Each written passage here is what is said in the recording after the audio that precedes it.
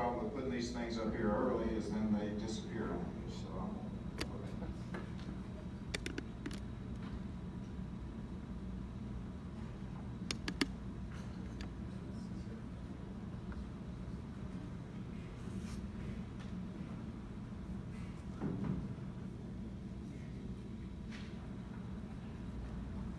All right.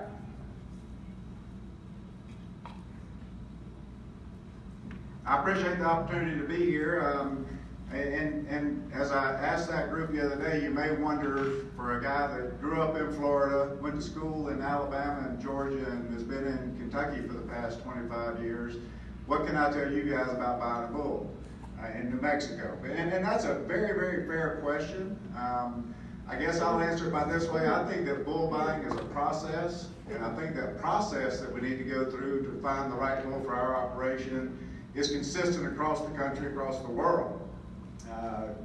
So I'm not going to give you specifics. I'm going to give you the process, and then it's up to you guys on your particular farm to determine what that actual process is going to be, or the actual finding that actual bull. There's no easy formula. What's right for you is not necessarily right for your neighbor, and so we'll approach it from that way. I'm not going to get into this, and I think Dr. Decker's going to get into it more, but I can't give a genetics talk without at least reminding you guys of the benefits of crossbreeding. Every commercial cattleman needs to at least have that in the back of their mind. How are they going to crossbreed? And the real important thing is the biggest improvements that we get, or the biggest effect that we get, is on reproduction and longevity, which economically everybody has already bashed it pretty hard. Those are the big economic factors, I think, in cattle production. My rule of thumb, when you implement a crossbreeding program, is try not to keep any heifers back or any females back that have more than 75% of any one breed. If you can do that, you're going to be doing a pretty good job. You might not be maximizing the benefits, but you'll do a pretty good job. So I want to go through what I consider some practical guidelines for buying a bull. First thing is your marketing strategy. How do you plan to market your cattle? Are you marketing weaned calves right off the cow? Are you backgrounding them for a short period of time, retaining ownership all the way through the feed yard? That's going to be the first determinant of some of the characteristics you're going to look for in that bull, right? And so we have to have a marketing strategy. Now, I hope all of you have that strategy before the calves come. Now, does that mean that you can't change? I like to tell people you need to breed for a specific purpose, but then have flexibility to take advantage of opportunities. And the market is one of those key things.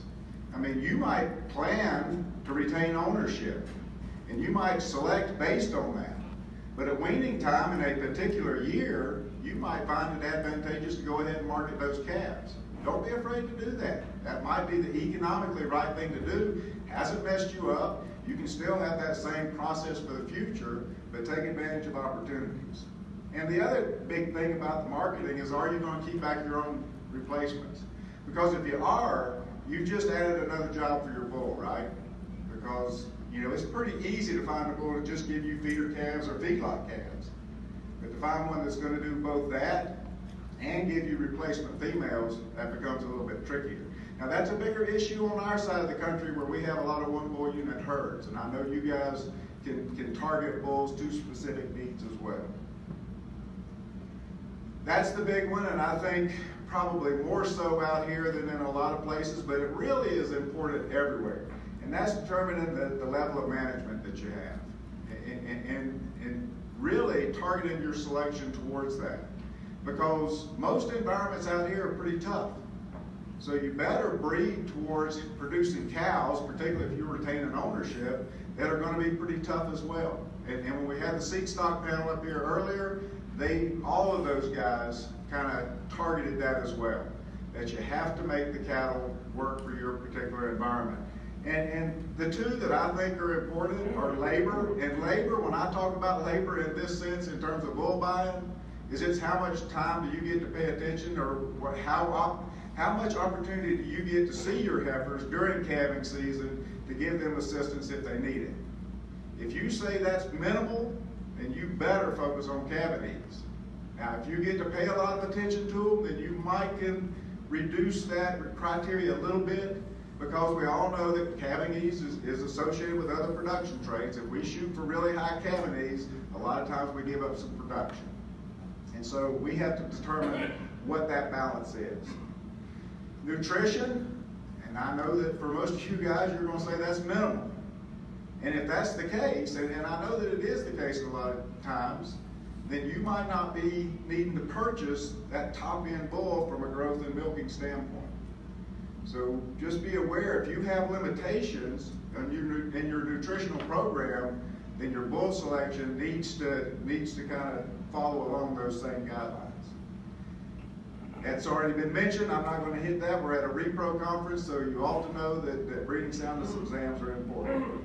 And also, we have to make sure that they can walk and get around.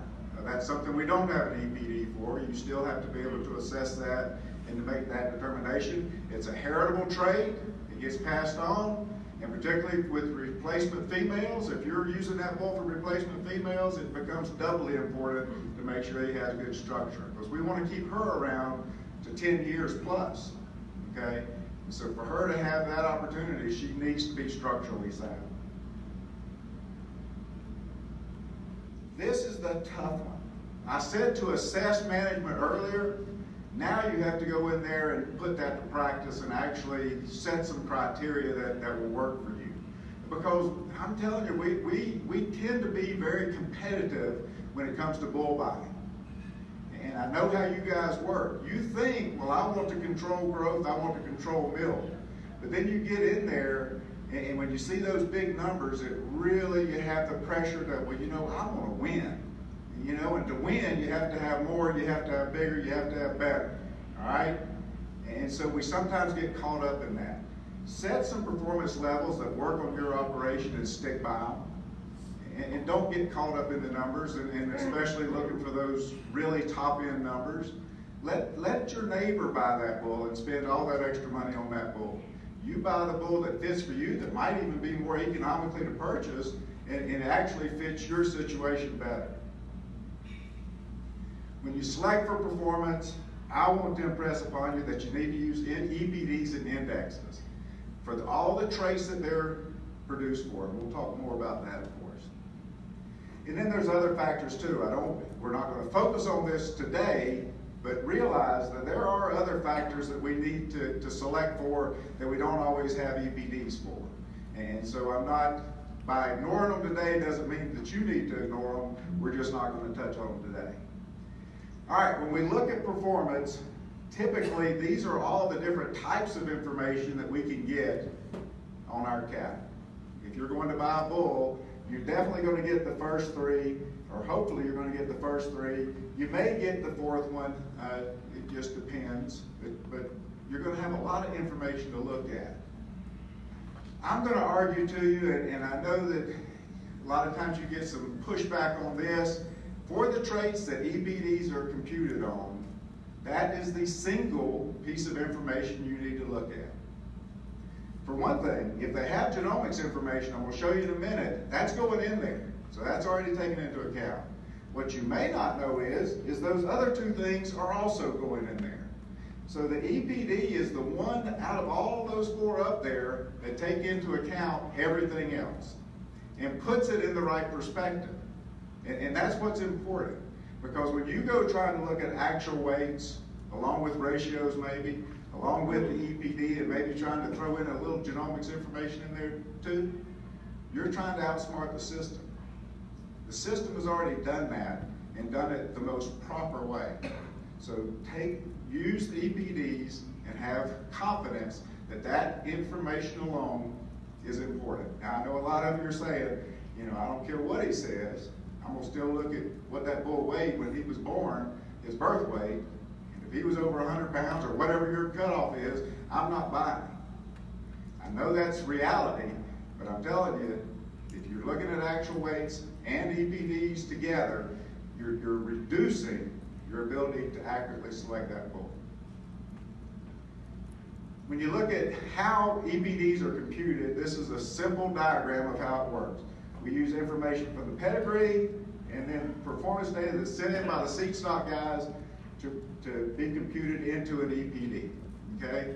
Now, the beauty of it is the way this statistical process works is the environmental factors are removed so that what we're looking at when we compare two bulls is genetic merit, what we expect them to show us in the next generation. So it's really clear in the water. The environment is muddy in the water. If we take it out, that clears it so we have a better selection tool. Now, this is historically, and I will show you the improvement here in a little bit. As I said, when we're selecting for performance, that's the single best tool we have.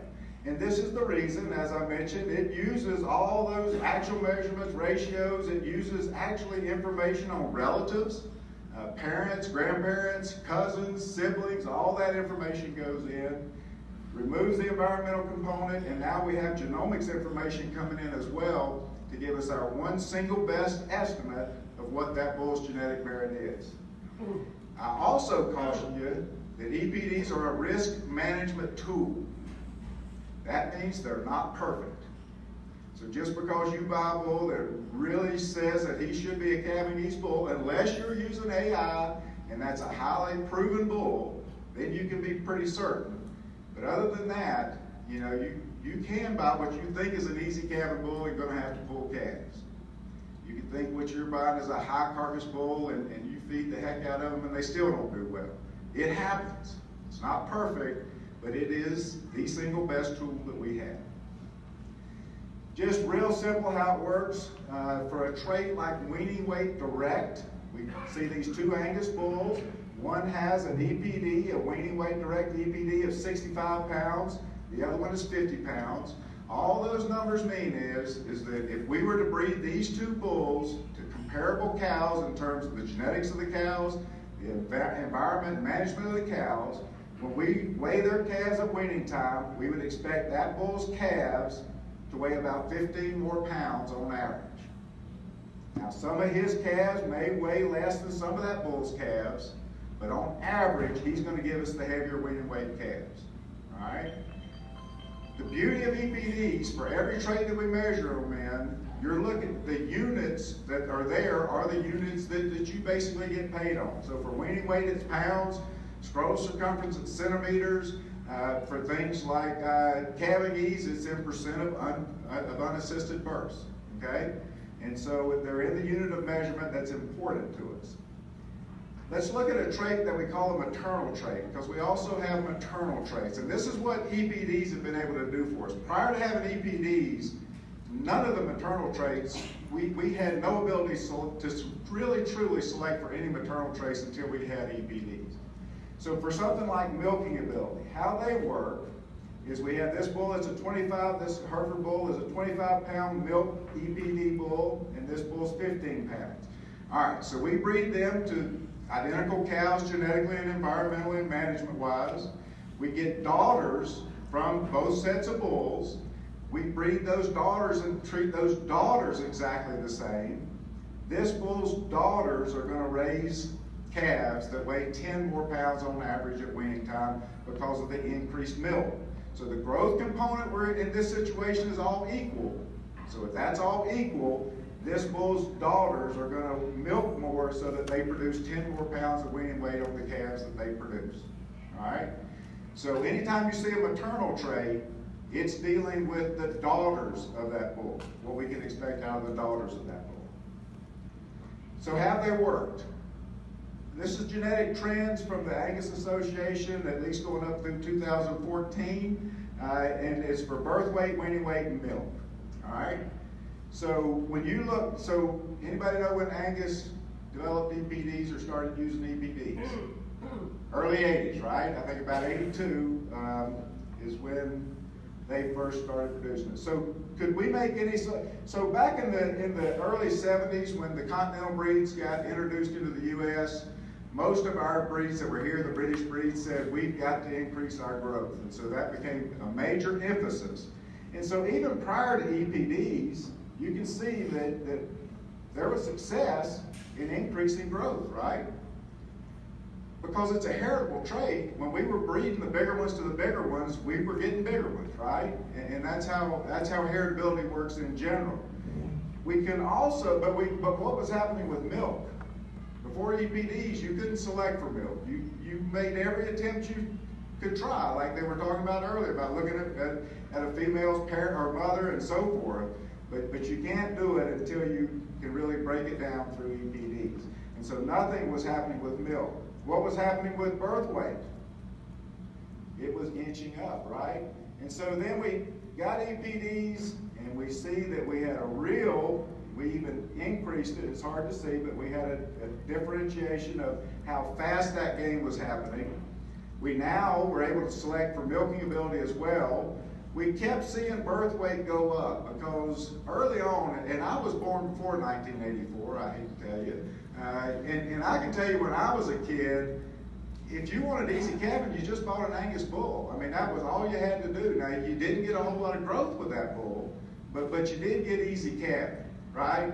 And so when growth started really pushing up in that Angus breed, birth weight started following along because they're genetically correlated. At some point in time, producers started complaining, commercial guys started complaining to their Angus seed stock breeders and saying, look, I'm pulling calves now and I don't like it. You need to do something about it. And what EPDs allowed us to do was simultaneously keep selecting for increased growth, but put downward pressure back on the birth weight, all right, and to get that back under control. And so that's the beauty. EPDs really allow us a very successful tool at doing multi-trait selection, which is important. And you can see what's happening with milk. Now we'll discuss that a little more here in a second. So what about the other breeds? Well, everybody, it looks like, all the breeds, or at least the ones I have listed up here, Hereford, Gelbvieh, Angus, Limousin, Red Angus, Charolais, Simmental, you can see all of them have had upward pressure for weaning weight. We continue to put more and more growth in our cattle. Now, what is that doing to us? When we put more growth in our cattle, what's that doing to mature size of our cattle? It's increasing it, right? Because there's another genetic correlation we deal with. So if we're having now bigger cows, what do bigger cows do more of? Eat. That's right. And so we have to understand that there is a cost for putting more growth in our cattle. And now I'm going to tell you what, I've looked at this, and for the breeds that have mature height, we got control on the mature height after that fiasco we had in the early 80s. All right, of just trying to see just how tall we can get them. We brought height back under control. But if you look at mature weight, it is continually going up. Height is not what determines how much a cow eats. I hate to tell you this, but it's her weight that determines that. And so we're going to have to get control under that sometime, somehow, or we're going to get ourselves in trouble. Yearling weight, same thing, increased growth. Now, when you think about this in terms of the different breeds, what would you say the highest growth breed in the U.S. is right now? Well, if you look and cheated on the chart, you can tell it right away. Went from one of the lowest breeds to now the highest, okay? And so along with that comes some other factors, like I said, the mature size and everything else. So we need to be careful on what has traditionally been considered a real maternal mother type breed, that we have some size issues that might be starting to come into play that we at least need to be aware of. Birth weight, it's kind of funny to look at this one, and I brought it up third just so that you saw what was happening with growth. Well, everybody's been up on growth, and you can see that the breeds at different points in time, all of them have come to the realization that they had to get the birth weights under control and started coming back down the other direction. Some started earlier than others, but all of them have realized that. Now, I'm going to say this too, and I'll talk about it more. I'm showing you birth weight because that's the easy one to see, but the trait we need to focus on is not birth weight, but calving ease. Birth weight is an indicator trait. Calving ease is the trait of importance that has economic importance to us, okay?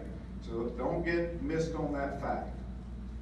Now here's the other one. Now, it looks like we haven't been doing much with milk, but notice the scale difference. This chart starts in 1990, okay?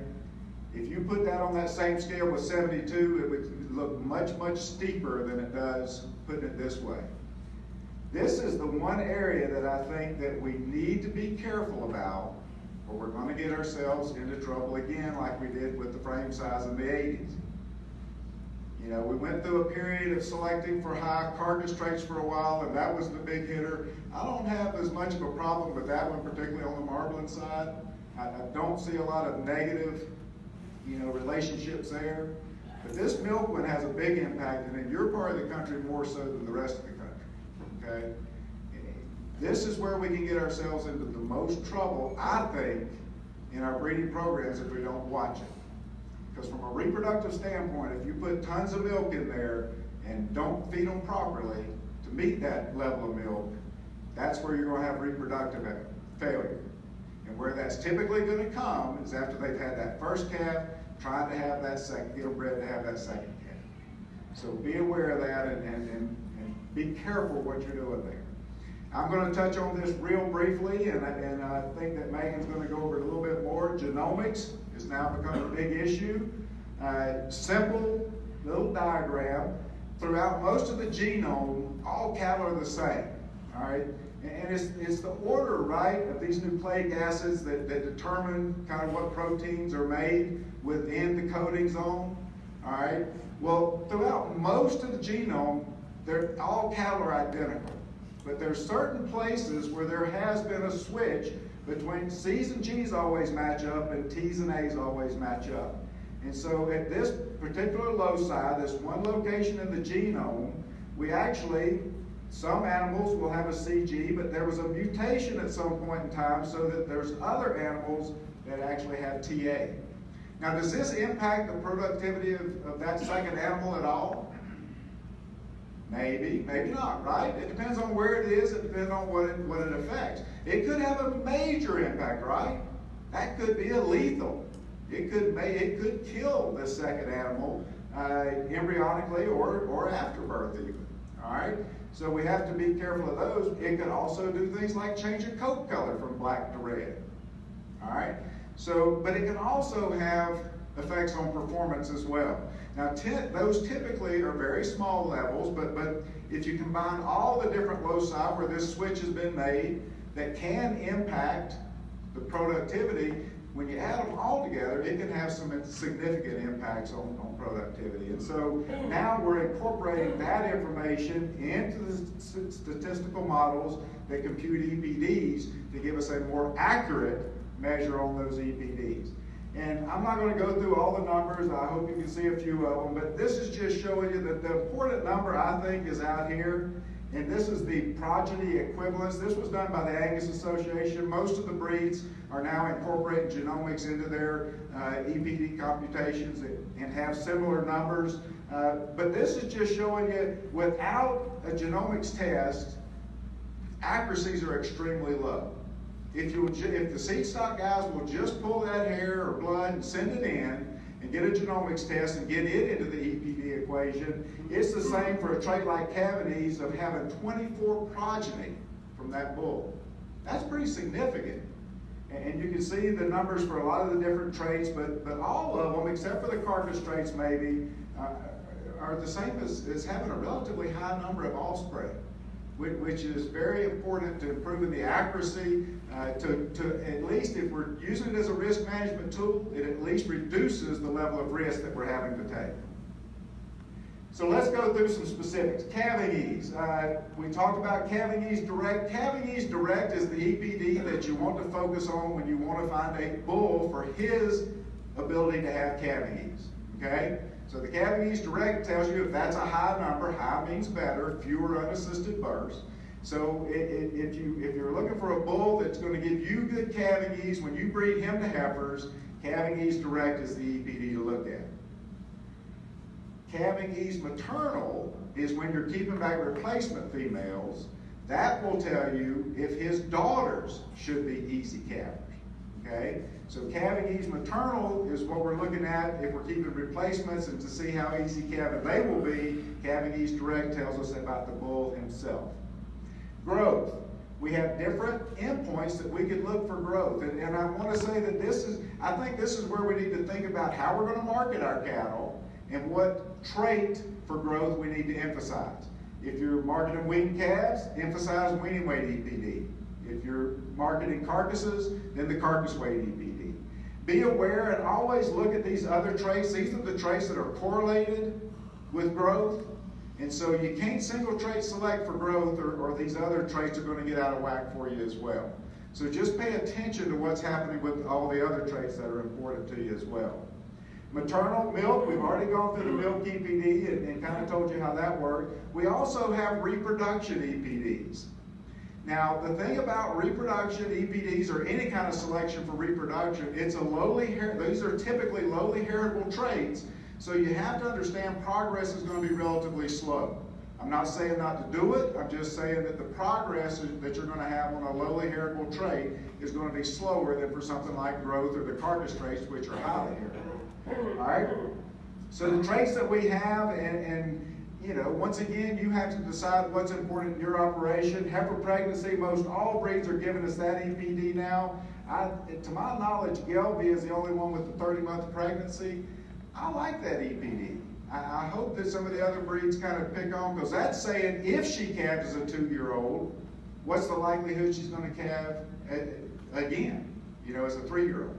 And so I like that EPD. I hope that some of the other breeds will pick up on it as well. The stayability and sustained cow fertility, those are more lifetime productivity looking EPDs at reproduction. And so I think has some critical value. I don't know that we have the perfect reproduction EPD yet. We're still working on that.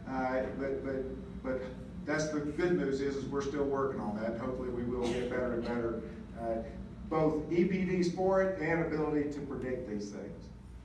Carcass traits, if you have the ability to get paid for carcass traits, there's EPDs for that, and that's a highly heritable trait. You can make a lot of progress really fast.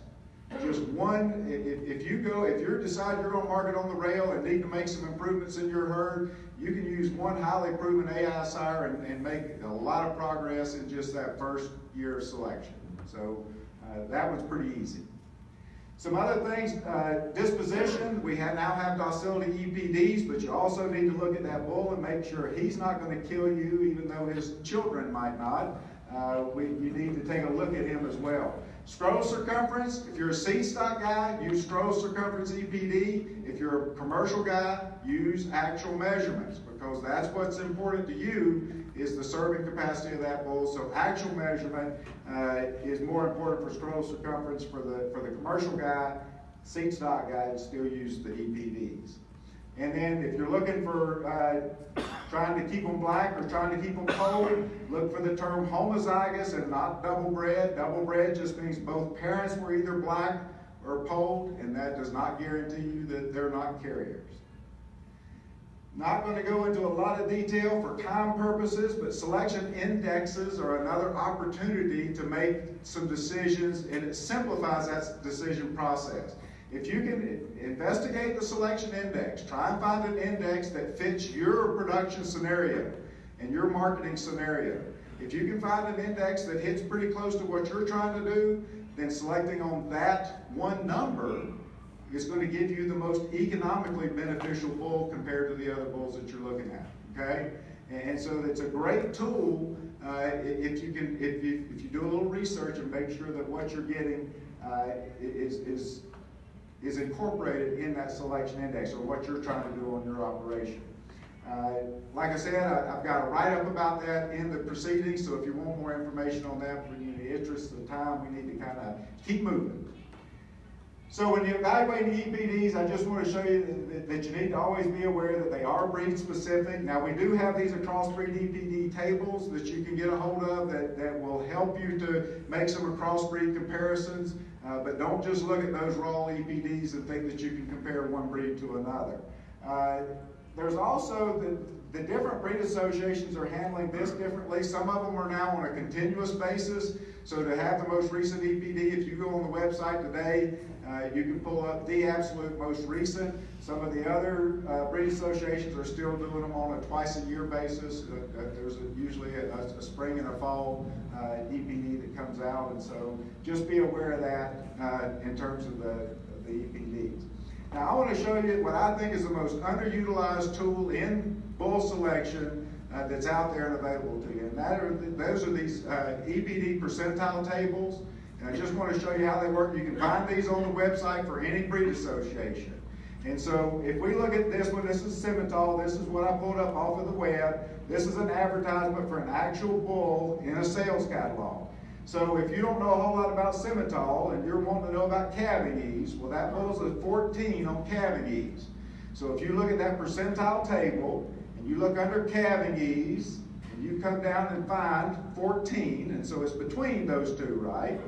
You can't see that. It's 14.3 and so forth. And so when you come over to the left then, you can find out that that bull, if he's a 14, he's between the top 10 and 15% of the breed for calving ease.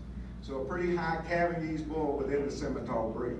Same thing, let's look at a trait like marbling, a 0.27. You find the marbling column, come down and find the 0.27, come over, top 20% of the breed for marbling. It's a great tool to help you find where a bull ranks within a breed for all the traits that are important to you. Okay? So we can use EPDs to compare two bulls, or we can use them to find out where a bull ranks within the breed for the traits that are important to us. So in summary, commercial bull buyers, keep crossbreeding. The best tools that we have are these EPDs and indexes, and you don't have to worry about all the rest of the numbers. For the production traits, those are the numbers that you need to be looking at. And then absolutely make sure that you target your selection to your environment management and marketing. And I think if you do that, you'll be in pretty good shape. That's some of our fescue intoxicated cows taking a water break in Kentucky in a nice scummy pond. You guys don't have any of those. Do we have time for any questions? Yes.